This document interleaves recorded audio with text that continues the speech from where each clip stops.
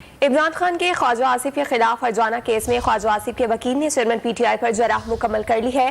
عمران خان کا کہنا تھا کہ وہ پاکستان کے سب سے بڑے خیرات اکٹھا کرنے والے شخص ہیں۔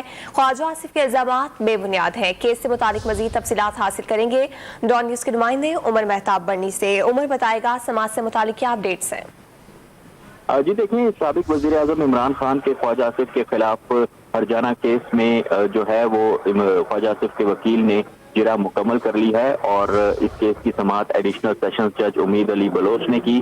دوران سماعت خواجہ آصف کے جو وکیل ہیں ان کی جانب سے سوالات پوچھے گئے، شوکت خانم کے جو فنڈز ہیں ان سے متعلق سوالات پوچھے گئے اور جس طرح ان کو باہر کمپنیوں میں ان کی سرمایہ کاری کی گئی اس سے متعلق بھی عمران خان نے تمام تر تفصیلات سے عدالت کو آگاہ کیا۔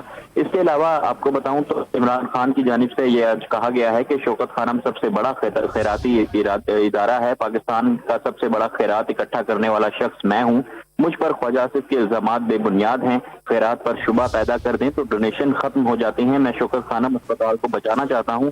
عمران خان کا کہنا تھا کہ تحریک انصاف واحد جماعت ہے جو ڈونیشن پر چلتی ہے۔ خواجہ آصف نے شوکت خانم کی ڈونیشن اور میری ذات کو نشانہ بنایا جس سے ناقابل تلافی نقصان بھی دیکھنا پڑا ہے۔ اس کے علاوہ آپ کو بتائیں تو عمران خان نے خواجہ آصف کے وکیل کی بھی تعریف کی اور انہوں نے کہا کہ آپ نے کیس بہت اچھا لڑا، کیس تھا ہی نہیں لیکن آپ نے کیس بنا دیا، میں آپ کو دوبارہ حل کرنے کے بارے میں بھی آئندہ سوچوں گا۔ جی بہت شکریہ، آپ نے اپڈیٹ کیا۔